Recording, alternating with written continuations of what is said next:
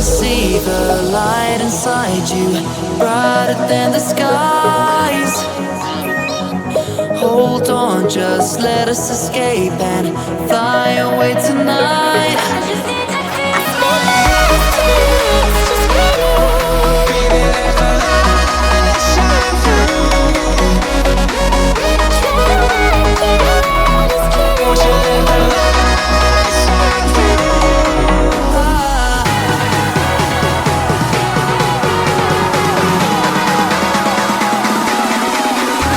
There's so many things that I keep in my mind, like a parent. Ito si Honda Click version 3 sa personal guys, talagang makikita mo yung pinagkaiba nitong version 3 sa version 2. First is yung kanyang kulay guys, talagang napaka-modern na. So itong kulay na to guys is tinatawag nilang Pearl Crimson Red. Kumbaga parang yung kulay niya guys is candy red, no?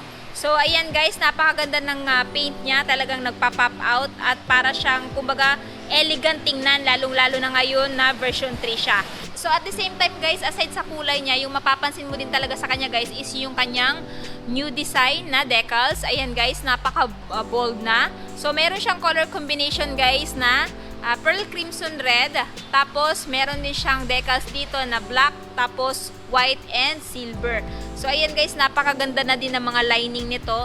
So minimal lang din, para sa akin napakaganda nito tingnan at napaka-attractive sa mata.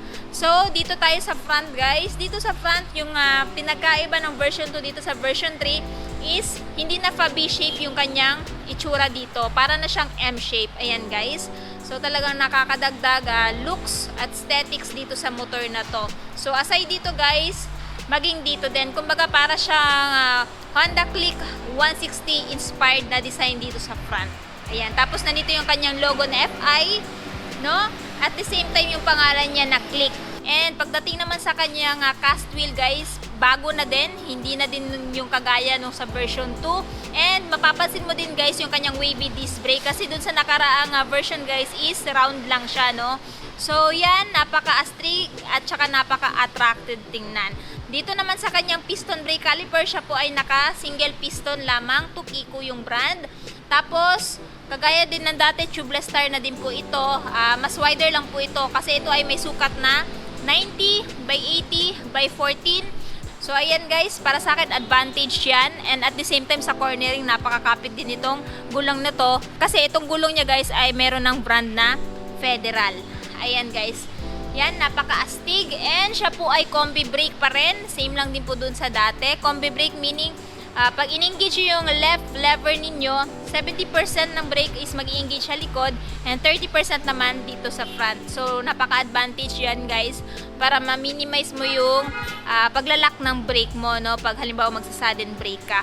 At the same time, pagdating dito guys, meron na ding abang na wala doon sa old version. So para sa akin, nakakadagdag to ng forma or aesthetics sa motor na to at mas pinaastig pa talaga. Sa kanyang headlight naman guys, same pa rin, katulad pa rin ng dati, naka-LED. Ayan, no wonder talaga si Honda Click ang number 1 sa market noon, maging hanggang ngayon. So ayan guys, naka-LED yan, turn signals, naka-LED din. So ang nagustuhan ko din dito guys sa in-upgrade ni Honda pagdating dito kay Honda Click 125i is yung kanyang built-in charging port. So hindi lang po siya basta-basta built-in guys, ready to charge na din po siya. So isaksak nyo lang po yung USB cable nyo dito and during your ride is nag-charge na po yung phone niyo. No need na po kayong bumili ng USB adapter, no?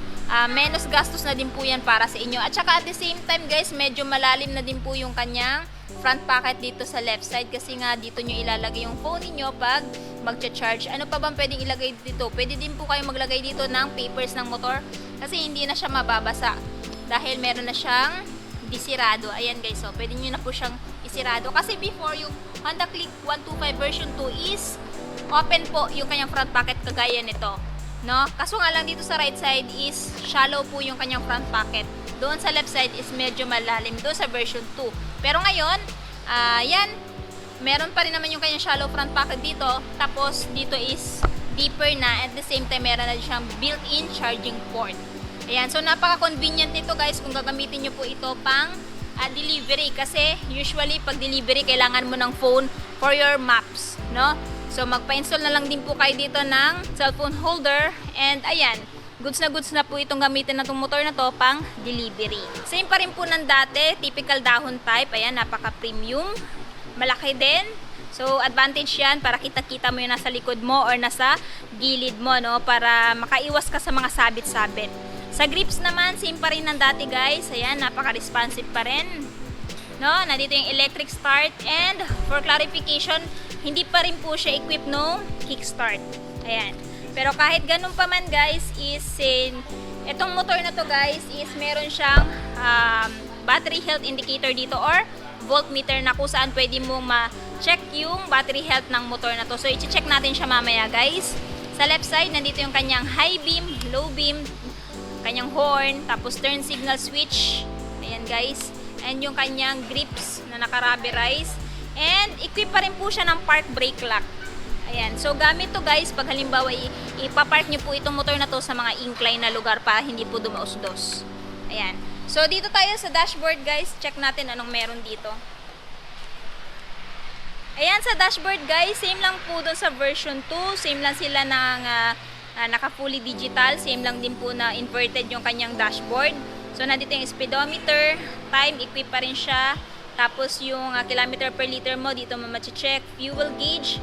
Tapos, may dalawang button dito. Check natin tong select. Ayan. Trip A, Trip B, Trip A, average. Ayan, ito yung sinasabi ko kanina guys na voltmeter. Diyan mo ma-check yung battery health ng motor na to. Tapos, total nung tinakbo. Ayan guys. So, since bagong-bago pa siya guys, 0 kilometer pa. Next, and bumalik na siya sa dati. Itong set naman guys, yung gamit nito is pag halimbawa magsiset ka ng time mo, ayan. So, dyan mo pipindutin guys, no, para maset ko yung time mo. So, yung mga indicators is, ayan, right, turn signal indicator, left, off, high beam, low beam, ayan, check engine, temperature, at saka, ayan guys, comment down below anong tawag sa indicator na to. I'm not sure kung nakikita nyo sa video. Ayan. So, dito tayo guys sa kanyang footboard. Footboard guys, same pa rin din ng dati. Sa mga nagtatanong sa nakalagay yung battery, nandito yung battery guys. So, pag halimbawa guys, sa mga baha-baha, walang pangamba kasi pag si Honda naman ang may gawa ng mga motor nila, is secured naman po. So, ayan, walang pangamba guys. Dito tayo guys sa kanyang side view. Sa side view guys, ayan, nandito yung kanyang ball decals. Talagang makikita mo talaga yung difference nung before at ngayon. Ayan guys, napaka-minimal lang din ang kulay na nilagay. Bagay na bagay talaga sa kanyang paint na pearl crimson red. Ayan. Ayan guys, yan po yung itsura niya guys sa side. Ayan. Dito tayo sa upuan guys, same lang katulad pa rin ng dati, generous seat cushion. And then sa seat texture is ayan, naka-wrap. So kahit anong pantalon na susuotin nyo, hindi na po dulasin sa motor na to. Grab bar is naka-matte black. Ayan guys, napaka-premium po talaga, no? Ayan, napaka-astig ng design. Naka-sharp tail na din po itong isang to. So dito tayo guys sa under seat. So nandito po yung pindutan. Ayan, seat. Taran! So meron na po siyang malaking under seat storage na kung saan pwede nyo mapaglagyan ng papers ng motor, raincoats, or bags. Ayan. Or else pwede nyo mapaglagyan ng ano yung mga personal belongings ninyo. So meron po siyang under seat storage capacity na 18 liters. And pagdating naman sa fuel tank guys is 5.5 liters po yung pwede nyong mailagay dito. So malayo-layo na din po yung tatakbo nyo before po kayo magpapagasolina ulit. Average fuel consumption based na motorcycle test center, no, is 50.3 km per liter. So ayan guys. So napakatipid pa rin po nito sa gasolina. Pero mas matipid po ng onting-konti yung version 2. Nandito yung apaka ng angkas, naka-rubberize. Pwedeng imong i-fold kung wala kang angkas. Yung muffler niya guys, ayan guys, nandito pa rin naman yung stylish sporty muffler. May guard para hindi ka mapaso yung OBR mo. Tapos yung kanyang exhaust end cap, ayan, silver yung datingan or dark silver. Nakamat. Suspension sa likod guys is ginamitan siya ng monoshock unit swing suspension. No, braking system sa likod is drum brake. Tapos ang rear tire size niya guys is 100 by 80 by 14. So siya po ay tubeless pa rin.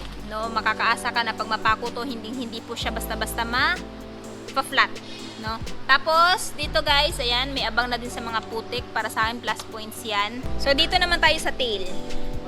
Pagdating sa tail guys, same pa rin ng dati, naka-LED. Turn signals is naka-LED pa rin. May ilaw pa rin naman ng plaka dito, naka-reflectorize for added visibility during your night ride. At saka yung mahabang fender guys.